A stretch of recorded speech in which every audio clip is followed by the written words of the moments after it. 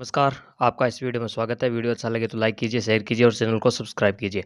आज हम कक्षा 8 विज्ञान के पाठ 7 के प्रश्न उत्तर वो देखेंगे, पौधे और जंतुओं का संरक्षण। ठीक है, तो इस वीडियो को स्टार्ट करते हैं।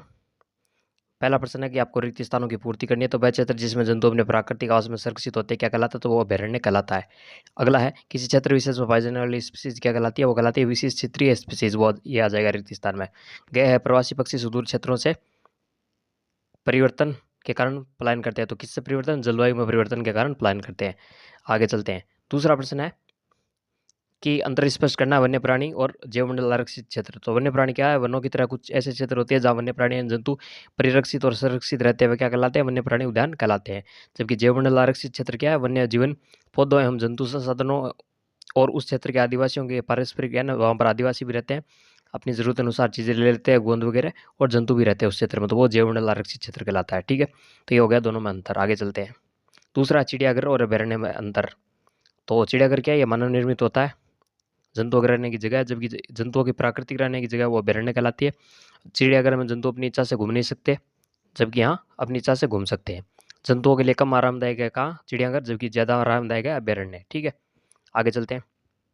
संकटापन स्पीसीज और विलुप्त स्पीसीज में अंतर बताना। तो जंतु जाति जो खत्म हो चुकी है, विलुप्त हो चुकी है ना, इस होने की कगार पर है ना, कि जो खत्म होने की कगार पर थोड़ी बहुत बची है, 5, 10, 15, 20, 150 इतनी बची है, तो वो क्या है?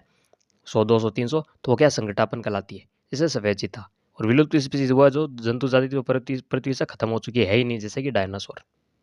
अगला देखते हैं, वनस्पति जात और प्राणी जात में अंतर। वनस्पति जात यानी क्षेत्र विशेष में रहने वाले पौधे पौधे, क्षेत्र विशेष में जो पेड़ पौधे उगते हैं वो वनस्पति जात कहलाते हैं। जबकि प्राणी जात क्या है? क्षेत्र विशेष में पाए जाने वाले जंतु क्या है? प्राणी जात कहलाते हैं।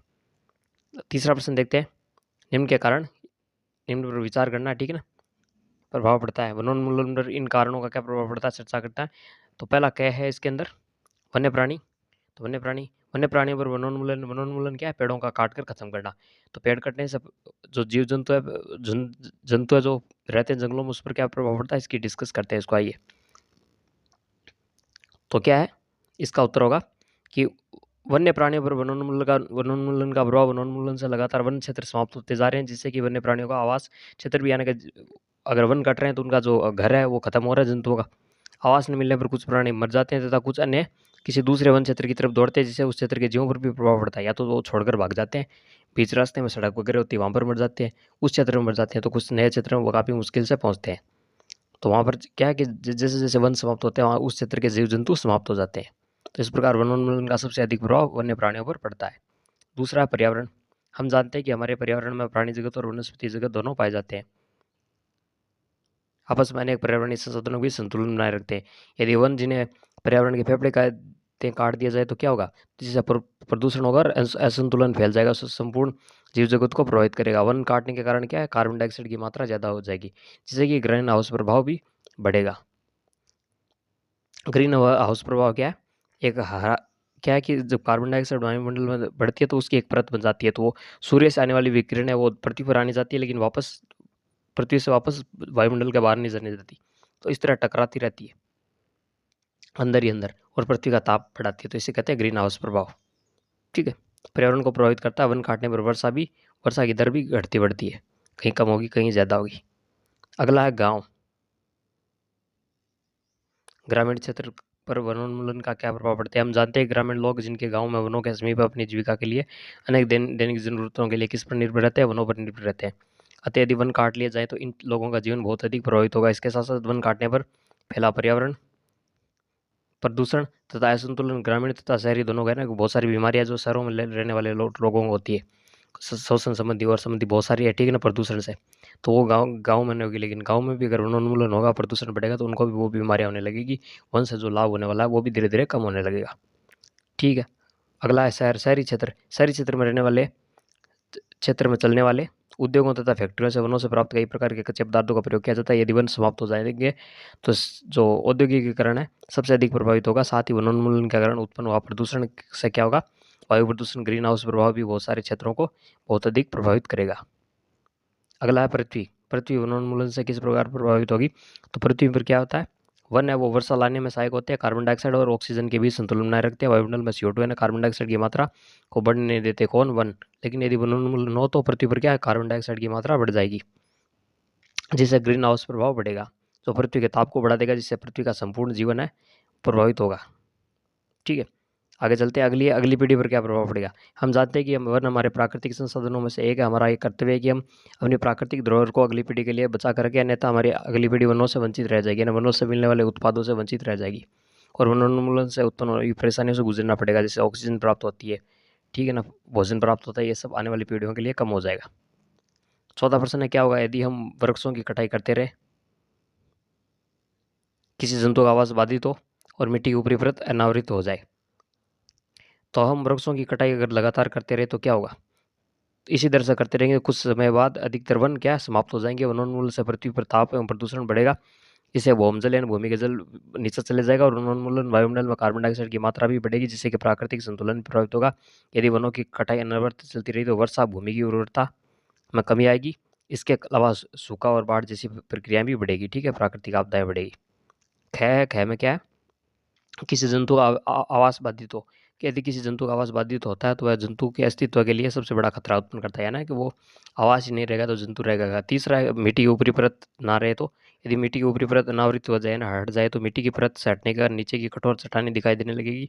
इससे मिट्टी के अंदर ह्यूमस की मात्रा में कमी आएगी तथा इसकी उर्वरक क्षमता भी कम होगी, यानी का जो उर्वरता होती है, जो जिस पे पौधे उगते हैं, खनिज वगैरह, वो कम हो जाएंगे। धीरे धीरे उर्वर भूमि मरुस्थल में बदलनी शुरू हो जाएगी और ये मरुस्थलीकरण कहलाएगा, है ना, का ऊपरी परत जाएगी तो धीरे धीरे मरुस्थलीकरण ही फैलेगा।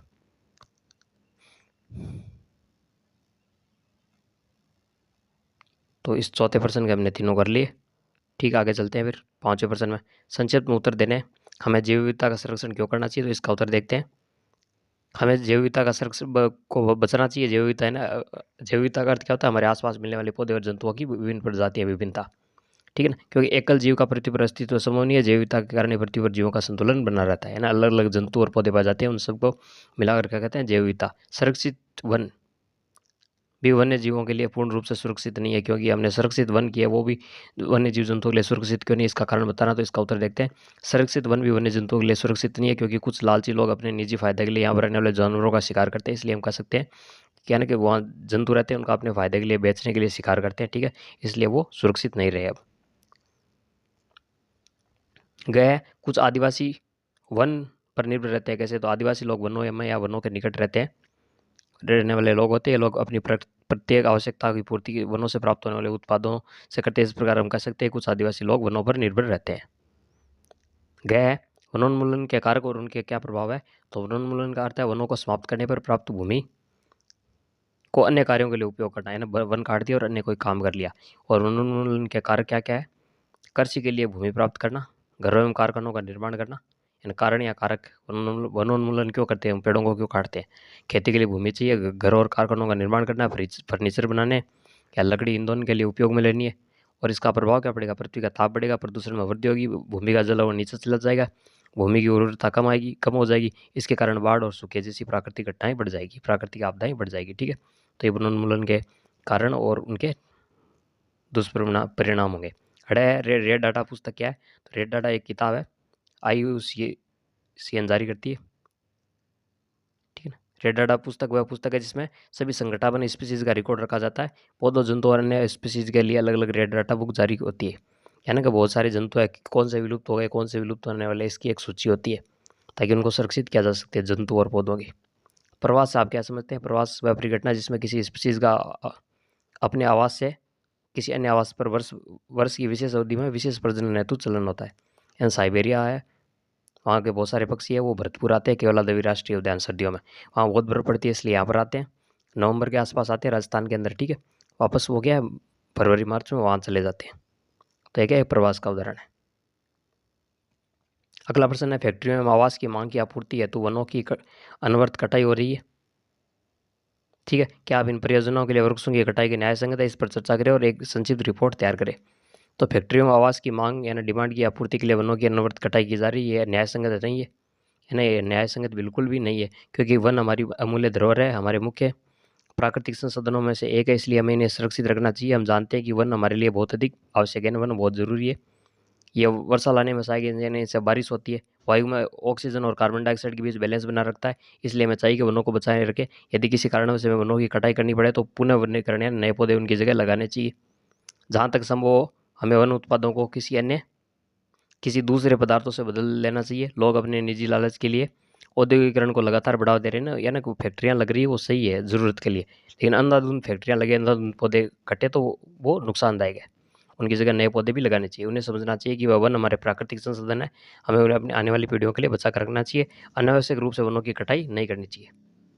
अगला प्रश्न है 7वां, हमें आपने स्थानीय क्षेत्र में हरियाली बनाए रखने में आप किस प्रकार योगदान दे सकते हैं? अपने द्वारा किया जाने वाली क्रियाओं की सूची तैयार कीजिए। तो स्थानीय हरियाली बनाने के लिए हम क्या कर सकते हैं? अधिक से अधिक पेड़ लगा सकते हैं, ठीक है, पार्क आदि बनवा सकते हैं, सड़क के किनारे पेड़ लगा दे सकते हैं, कागज़ बचाकर, क्योंकि कागज़ क्या है, पौधों से प्राप्त होते हैं, कम से कम पेड़ों की कटाई करके और लोगों को अधिक अधिक वृक्षारोपण के लिए प्रेरित करके।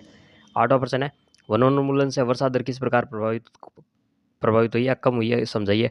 तो वनों के विनाश के कारण कार्बन डाइऑक्साइड के उपयोग में कमी आई है। इनको कार्बन डाइऑक्साइड को कौन सोखते हैं? पौधे। तो वायुमंडल में बढ़ी है, जिससे वायुमंडल में इसकी मात्रा बढ़ गई, क्योंकि कार्बन डाइऑक्साइड पृथ्वी द्वारा उत्सर्जित उष्मीय विकिरणों को अवशोषित कर लेती है, तो इसकी मात्रा कम मात्रा के परिणाम स्वरूप ही शोषण हो रहा है, यानी कि बहुत ज़्यादा कार्बन डाइऑक्साइड हो रही है, इसलिए ग्लोबल वार्मिंग बढ़ रही है, पृथ्वी का तापमान बढ़ रहा है, पृथ्वी के तापमान वृद्धि के कारण जल चक्र का बैलेंस बिगड़ रहा है, जिससे वर्षा दर में कमी आई है, यानी वर्षा कम हुई है, ठीक है ना। पेड़ है वो वर्षा को आकर्षित करते हैं। जहाँ हरियाली होती है वहाँ तो मौसम भी ठंडा रहता है, जहाँ पेड़ पौधे नहीं होते वहाँ गर्मी ज़्यादा होती है, बारिश भी जहाँ पेड़ पौधे होते हैं वहाँ ज़्यादा होती है। 9वां प्रश्न है कि अपने राज्य के राष्ट्रीय उद्यानों को मानचित्र में दर्शाइए। और तो मैं राजस्थान में रहता हूँ, तो राजस्थान का ये रहा मैप, मैंने बनाया अपने आप, ठीक है ना। चैनल पर कोई कॉपीराइट नहीं आए, कहीं से नहीं उठाए। तो यहाँ पर तो है सरिस्का का राष्ट्रीय उद्यान अलवर, यहाँ पर राजस्थान के इस तौर पर है केवला देवी राष्ट्रीय उद्यान भरतपुर, यहाँ पर है रणथंभौर राष्ट्रीय उद्यान स्वाभिमधुपुर, और कोटा के पास है मुकुंदरा हिल्स राष्ट्रीय उद्यान कोटा, और जैसलमेर के और बाड़मेर के पास है डेजर्ट नेशनल पार्क जैसलमेर। तो आप अपने राज्य के बना सकते हैं और इंटरनेट पर इनका और ज़्यादा खोज सकते हैं। वैसे आपकी सामाजिक विज्ञान की पुस्तक है, राजस्थान में पढ़ रहे हैं तो, और या फिर अपने राज्य में पढ़ रहे हैं तो चलती है वो सोशल साइंस की, उसके अंदर सोशल स्टडीज़ के अंदर विस्तार से दिए गए हैं, तो आप वहाँ से पढ़ सकते हैं, ठीक है। 10वां प्रश्न है, हमें कागज़ की बचत क्यों करनी चाहिए? उन कार्यों की सूची बनाइए जिसके द्वारा आप कागज़ की बचत कर सकते हैं। तो इसका उत्तर देखते हैं। लास्ट प्रश्न आज का, हमें कागज़ की बचत वनों को बचाने के लिए करनी चाहिए। लगभग टन कागज़ बनाने के लिए 17 पेड़ों की आवश्यकता होती है। 17 पेड़ काटते हैं तब 1000 किलो कागज़ बनता है। कागज़ की बचत के साथ साथ वनों को हानिकारक रसायन पदार्थ, जल तथा ऊर्जा जो इनको बनाने में प्रयुक्त होते हैं की बचत करनी चाहिए। कागज़ बनता है तो क्या लगता है? पानी लगता है बहुत सारा, ऊर्जा लगती है, ठीक है, रासायनिक पदार्थ लगते हैं, फैक्ट्री में होते हैं तो वहाँ प्रदूषण भी होता है, तो ये बहुत सारे काम होते हैं। अतः निम्नलिखित कार्यों के द्वारा कागज़ की बचत की जा सकती है। पुनः चक्रण रिसाइकिल, जो कागज़ हो गए वो वापस रिसाइकिल होकर, जैसे रफ रजिस्टर आते हैं तो वो वापस कागज़ से कागज़ बनते हैं। मितव्ययता के से उपयोग, यानी जितना ज़रूरत हो उतना ही उपयोग करना चाहिए। पुनः उपयोग, को कागज़ खाली रह गया तो फाड़ कर फेंकने के बजाय उसे हो सके तो उपयोग कर सकते हैं, रफ काम के लिए उपयोग ले सकते हैं। जन जागरूकता अभियान चलाकर भी हम कागज़ बचा सकते हैं। तो ये एकदम स्पीड लिख रहा है मैंने, ठीक है, इनमें समझाने जैसी कोई चीज़ नहीं है, क्योंकि ये प्रश्न उत्तर है, पाठ नहीं है, ठीक है ना। तो इसी के साथ ये वीडियो कंप्लीट होता है। वीडियो लगा कैसा बताना ज़रूर।